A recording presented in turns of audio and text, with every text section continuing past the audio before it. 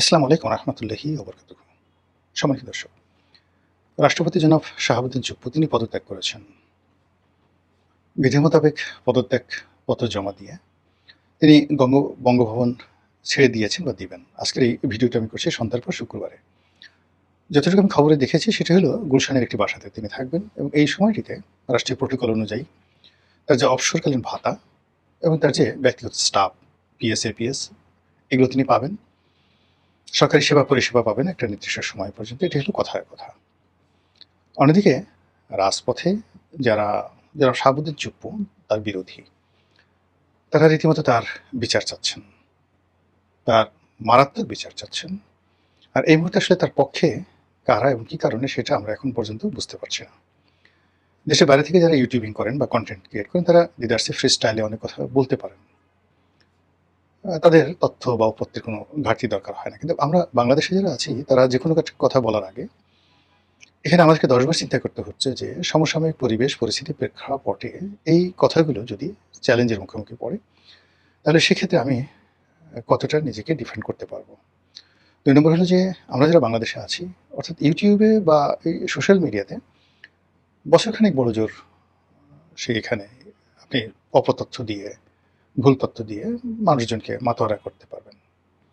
এমনকি ওয়াজ নসিহত করেও আপনি নট মোর দ্যান 1 ইয়ার। আমাদের দেশে দেখবেন যে সমস্ত লোকজন ইউটিউবে, ফেসবুকে খুব দ্রুত জনপ্রিয়তা অর্জন করেছেন। তারা ১ বছর, ১.৫ বছর, ২ বছরের মাথায় কেউ নেই, নো ওয়ান। কারো নাম বলে আমি ছোট করব না। কিন্তু আপনি চিন্তা করেন যে আমি যখন এটা শুরু করি, এই ফেসবুকিংটা শুরু করি বা ইউটিউবিংটা শুরু করি এটা বহু আগে। তখন খুব ওয়াজ চলত এবং তখন রোজ টেলিভিশন নামে একটা টেলিভিশন, মানে আইপি টেলিভিশন, যারা আজহারির বক্তব্য বা অন্যান্য ইসলামী ওয়াজগুলো তারা সেখানে আপলোড দিত। তো একজনের কাছে আমি শুনলাম যে এই টেলিভিশনের এই চ্যানেলটি সেখানে প্রতি মাসে ৫০ লাখ টাকা ইনকাম করে। আপনি এখন দেখুন তো রোজ টিভি, রোজ টেলিভিশন বা রোজ টিভি এরকম কোনো আছে কিনা? এরপর দেখলাম যে অনেকগুলো মাছের ব্লগ করে, তার গ্রামে রান্নার ব্লগ করে। তারপর আরেকটা মেয়ে আছে ফারজানাজ ড্রয়িং। একেবারে খুব সিরিয়াসলি সে বাড়ি গাড়ি সিরিয়াসলি করে ফেলেছে। প্রতি মাসে তাদেরও ৩০ লাখ ৪০ লাখ টাকা ইনকাম হতো। নেই। এরপরে আ বিভিন্ন যারা আরও অপতথ্য ছড়ায়, আ ইল্লু বিল্লু পিল্লু যে সমস্ত লোকজন আছে, তারাও এই ভিউ ব্যবসা করে দে আর্নড হিউজ মানি বৈধভাবে অবৈধভাবে, এবং তাদের সেই প্ল্যাটফর্মকে ব্যবহার করে তারা দেখা গেল যে বড় শিল্প গ্রুপ, তারপরে সরকারি বিভিন্ন প্রতিষ্ঠান, মানে রীতিমতো ডাকাতি। এরাও ঠিক নেই। ১ বছরের মাথায় মানে তারা একেবারে আউট। এখন এইগুলো যারা আছে তাদের অবস্থা এতটা খারাপ যে এরা যদি, বাংলাদেশ তো প্রশ্নই আসে না, বিদেশের মাটিতে কোনো শহরে গেলে সেখানে ডাইরেক্ট চড়, থাপ্পড়, কিল, ঘুষি, লাথি, জুতো এগুলো খাওয়া ছাড়া তাদের কোনো অবস্থাতেই কোনো সেফ এক্সিট নেই। মানে পুরো সমাজ, রাষ্ট্র তাদেরকে অপান্ত করে ফেলেছে। এর গেল একটা কথা। যারা মানে এই সোশ্যাল প্ল্যাটফর্মকে ব্যবহার করে যারা ঘুষ খেয়েছে, দুর্নীতি করেছে, অনিয়ম করেছে, তারপরে শেষে মানুষের কাছে টাকা নিয়েছে, সন্ত্রাসী কর্মকাণ্ড করেছে, এই লোকগুলো মানে এরা সবাই বিদেশে বসে কন্টেন্ট ক্রিয়েট করেছে, অনেকটা ইন্টারনেট জালিয়াতির মতো। তারা কিন্তু কেউ সাস্টেন করতে পারেনি। এবং এখন অনেকে মানে আপনি রিসেন্টলি দেখেছেন একজন কন্টেন্ট ক্রিয়েটার, তিনি ভীষণভাবে ইটালিতে লাঞ্ছিত হয়েছেন।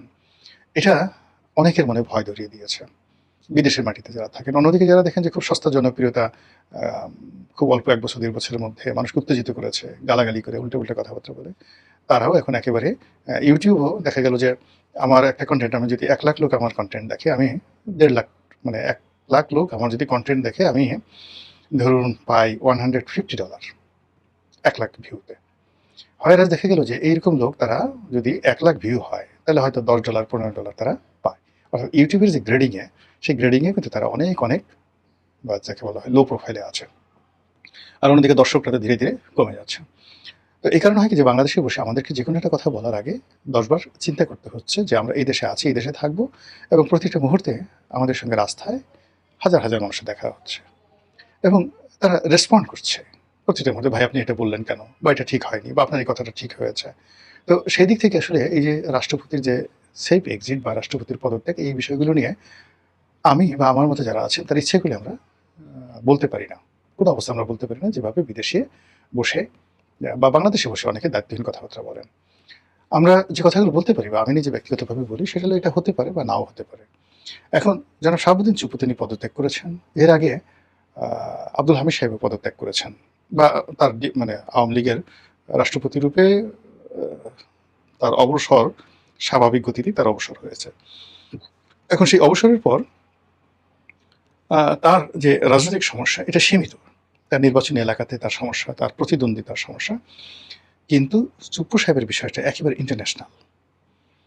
মানে বাংলাদেশের ক্ষেত্রে ইন্টারন্যাশনাল, আবার চুপ্পু সাহেবের ক্ষেত্রে ইন্টারন্যাশনাল।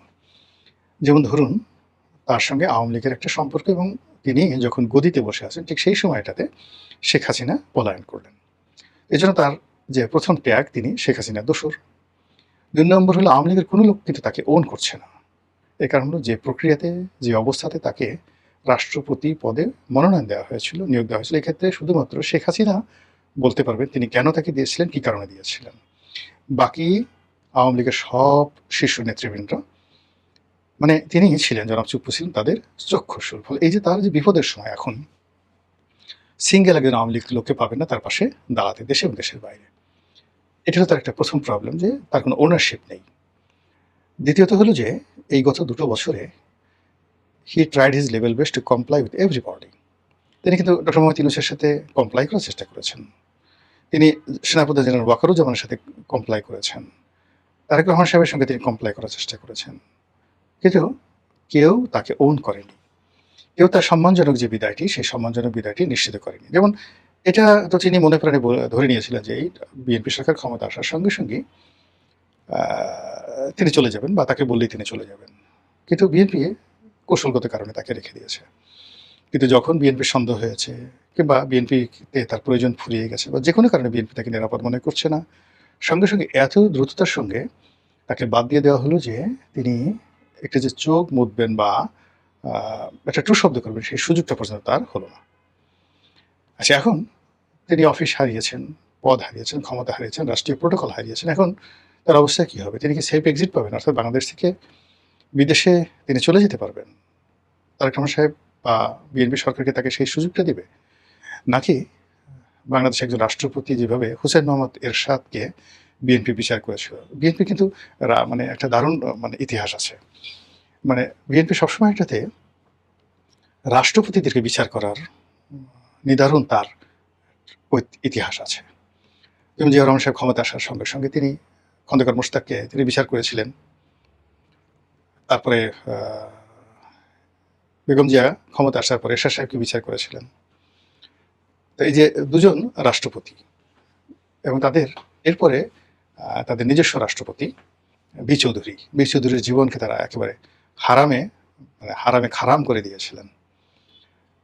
তো এই যে তাদের নিজেদের যারা লোকজন রয়েছেন, তারপরে ইয়াজউদ্দিন সাহেবের জমানাতে যখন 1/11 হয়ে গেল তারা ইয়াজউদ্দিন সাহেবকেও আর কখনো ওন করেননি।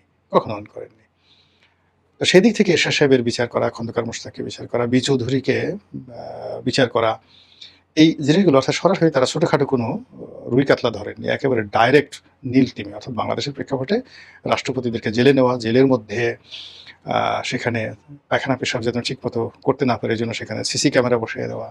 এরপরে রাষ্ট্রপতি তার 70-80 বছর বয়সে সে যেন রেল লাইন দিয়ে জোরে জোরে দৌড়াতে পারে। তারপরে শেষে রাষ্ট্রপতি বাসায় বসে আছে, তার ঘরের মধ্যে আগুন ধরিয়ে দেওয়া যেতে পারে। তারপরে কার্পেটে আগুন ধরিয়ে দেওয়া গেল এবং হাফ প্যান্ট পরে রাষ্ট্রপতি সেই সাংবাদিকদেরকে ডাকছে। এই বিচৌধুরী ঘটনাগুলো আমরা বাড়িধারা বাসায় দেখেছি এই ঘটনাগুলো। তো সেক্ষেত্রে জনাব চুপ্পু সাহেবের বিরুদ্ধে যদি বিএনপি অ্যাকশন নেয়, তাকে যদি অ্যারেস্ট করে, তাকে যদি বিচার করে, এটা আশ্চর্য হওয়ার কিছু নাই। এর কারণ হলো এই কাজগুলো তারা ইতিপূর্বে করেছেন। তো সেদিক থেকে চুপ্পু সাহেবের বিরুদ্ধে তার তো শত্রুর অভাব নাই। তার প্রথম শত্রু হলো জামাত এবং এনসিপি, এবং এটার অর্থনৈতিক কারণ আছে, সামাজিক কারণ আছে। প্রথম কারণটা হলো যে জামাতের সাথে এস আলমের একটা দাকুমা সম্পর্ক, আর তিনি এস আলমের অত্যন্ত ঘনিষ্ঠজন ব্যক্তি ছিলেন, এটা সবাই বলা বলি করেন। আর এস আলম এখানে মানে বিএনপি সরকারের অনেকের উপর প্রভাব বিস্তার করে। এটা জামাতের মানে একেবারে চক্ষুশূল। জনাব চুপ্পু ইসলামী ব্যাংকের দায়িত্ব পালন করেছেন, কাজে ওই সময়টাতে তার ভুল ভ্রান্তি হতে পারে, তার কোনো কাজে ত্রুটি থাকতে পারে। এই জন্য জামাত সবসময়ই এই ইসলামী ব্যাংক এবং এস আলম রিলেশনের কারণে জনাব চুপ্পুকে রীতিমতো দৌড়ের উপর রাখবে। আর এই যে তাকে ওন করা বা তাকে প্রোটেক্ট করতে গিয়ে যে ঝামেলাটা বিএনপির হবে, সেই ঝামেলা নেওয়ার মতো অবস্থা এখন বিএনপির নাই। ফলে তাকে যদি আইনের হাতে তুলে দেওয়া হয়, বিচারের হাতে তুলে দেওয়া হয় এবং তার বিনিময়ে যদি আপাত দৃষ্টিতে জামাতের বা এনসিপির যে মুখ এগুলো বন্ধ করা যায়, তাহলে বিএনপি যে কাজ করবে না সে কথা কিন্তু বলা যাচ্ছে না।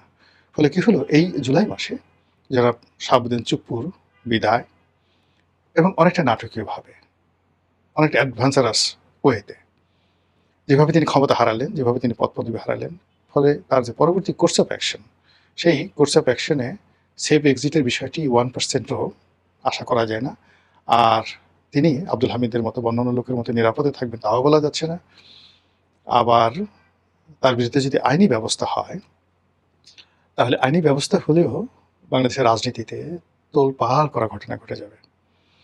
এর কারণ হলো তিনি যেই মুহূর্তে আইনের জিম্মায় চলে যাবেন, হি উইল ওয়েল প্রোটেক্টেড, এবং সেখানে বসে তার যে কোর্টেই বিচার হোক না কেন, তিনি যে ইস্যুগুলো তৈরি করেছেন গত 2 বছরে, তার কাছে যে ডকুমেন্টগুলো আছে, এবং এখানে যে সাংবিধানিক শূন্যতা থেকে শুরু করে শেখ হাসিনার পদত্যাগপত্র, ইনুস সাহেবের যাকে বলা হয় ক্ষমতা গ্রহণ, তারপরে তারেক রহমান সাহেবের দেশে আসা, ইলেকশন হওয়া, এই সময়টিতে সেনাপ্রধানের সাথে তার সম্পর্ক, ক্যান্টনমেন্টের সাথে তার সম্পর্ক, 3 বাহিনীর সাথে তার সম্পর্ক, সব মিলিয়ে মানে নানা রকম যাকে বলা হয় অশনি সংকেতের যে তালাচাবি, সেই তালাচাবি এই জনাব শাহাবুদ্দিন চুপ্পু সাহেবের কাছে আছে। ফলে রাগ দেখাতে পারেন, ক্রোধ দেখাতে পারেন, কিন্তু সেগুলো বাস্তবায়ন করতে গেলে তার যে অব্যবহিত পরিণতি কি হবে, এটা নিঃসন্দেহে বিএনপি যারা কর্তা ব্যক্তি আছেন তারা খুব ভালো করে বোঝেন। তবুও রাজনীতিতে শেষ বলে কথা নাই, এখানে অনেক কিছু জানা সত্ত্বেও অনেক ঘটনা ঘটে। নিয়তি এমন একটা জিনিস যেটা দেবতারাও কখনো নিয়ন্ত্রণ করতে পারে না। যেই গ্রিক পৌরাণিক কাহিনী কিংবা ভারতীয় কাহিনী, মানে যতগুলো আপনার পুরাণের কাহিনী রয়েছে, সেখানে দেখা গেছে যে অনেক বিষয় দেবতারা অনেক কিছু চেয়েছেন, দেবীরা অনেক কিছু চেয়েছে, কিন্তু এই পৃথিবীতে সেভাবে সব ঘটনা ঘটেনি। এই পৃথিবীর একটা নিয়তি আছে এবং সেই নিয়তি অনুযায়ী এখন অনেক কিছু ঘটছে এবং আগামীতেও এই ঘটনাগুলো ঘটতে থাকবে। মহান আল্লাহ আমাদের সবাইকে হিদায়াত দান করুন এবং হেফাজত করুন। আসসালামু আলাইকুম ওয়া রাহমাতুল্লাহি ওয়া বারাকাতুহু।